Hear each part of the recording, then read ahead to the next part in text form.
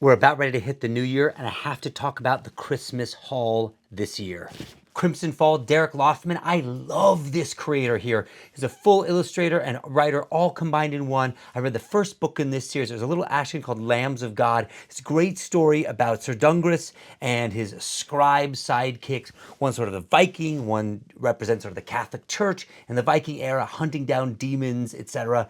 Great story. You can see his beautiful flats, which I very much so love. His very cartoonish and animated art style here. I cannot wait to dive into this book here. Look at these beautiful art pieces that were done for it. Some of the best I have seen, that is for sure.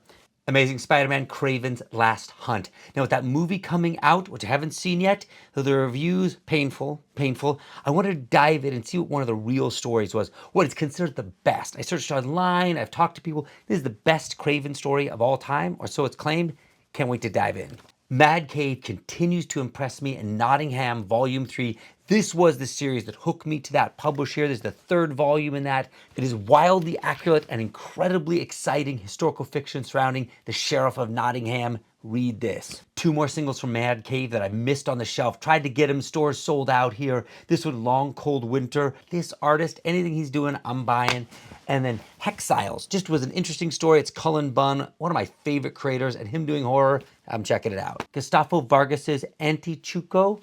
Man, this is an incredible artist. He's doing Null Hunter right now on Image. I absolutely love his art style and what he is doing. And this is his own creation. It's an anthology story set in a Peruvian cyberpunk world.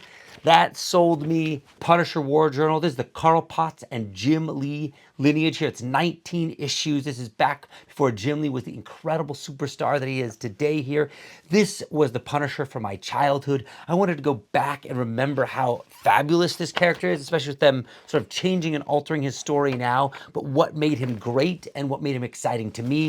And I even got the single issue of this one of my favorite cover with him on this wave runner with this line, "You've just rented a jet ski to the Punisher. Kiss that baby goodbye."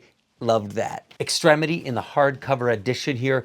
I know I did a big review about the artist edition, but this is this beautiful full color, slightly oversized edition, the full story here in print, hardcover, one of the greatest comic books I've read in years and years. The thing that sold me on Daniel Warren Johnson. This is a story, if you haven't got it, this hardcover experience, you should. I'm going to do another rereading of the whole series in this new format. You know, I love anime, and Trigun is one that I have not taken the journey on yet here. I got this beautiful deluxe edition here. It's this faux leather-bound version of the story, kind of like what they did with Berserk, which I think is the greatest graphic novel of all time.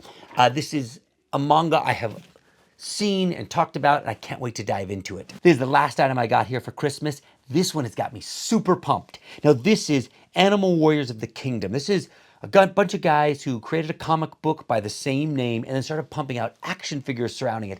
Now, there's a $55 action figure, and it gives you this beautiful piece here.